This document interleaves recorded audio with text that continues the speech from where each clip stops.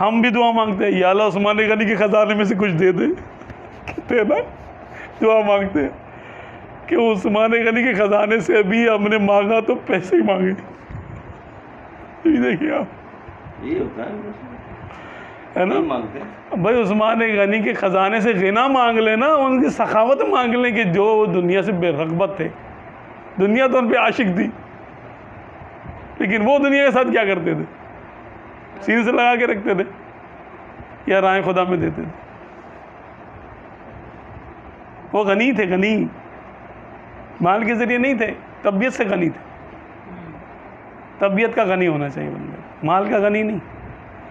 مال کا غنی تو آج ہے، کل نہیں ہے، اور مال ہوتے ہوئے بھی محتاج ہے. وہ ایک بزرگ کا واقعہ، مجھے نام ان کا یاد نہیں ہے.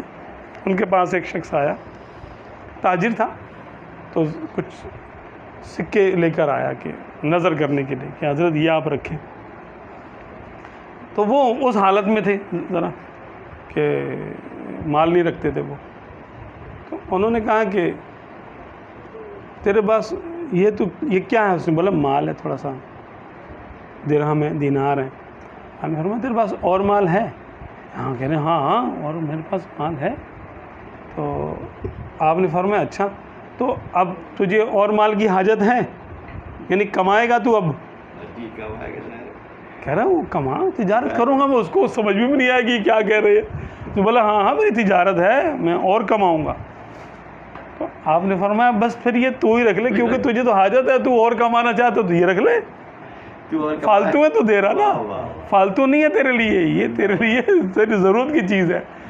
تو میرے لیے فالتو ہے کیونکہ مجھے حاجت نہیں اس کی، مجھے اس کی حاجت نہیں ہے.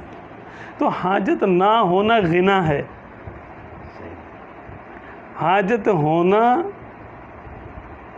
محتاجگی ہے، فقر ہے. یہ وہ فقر ہے جو مذموم ہے. ہاں دنیاوی حاجت ہے، لیکن آپ کی طبیعت سیر ہے. طبیعت میں ایسا نہیں ہے کہ میں یہ لے لوں، یہ لے لوں، یہ لے لوں، یہ لے لوں.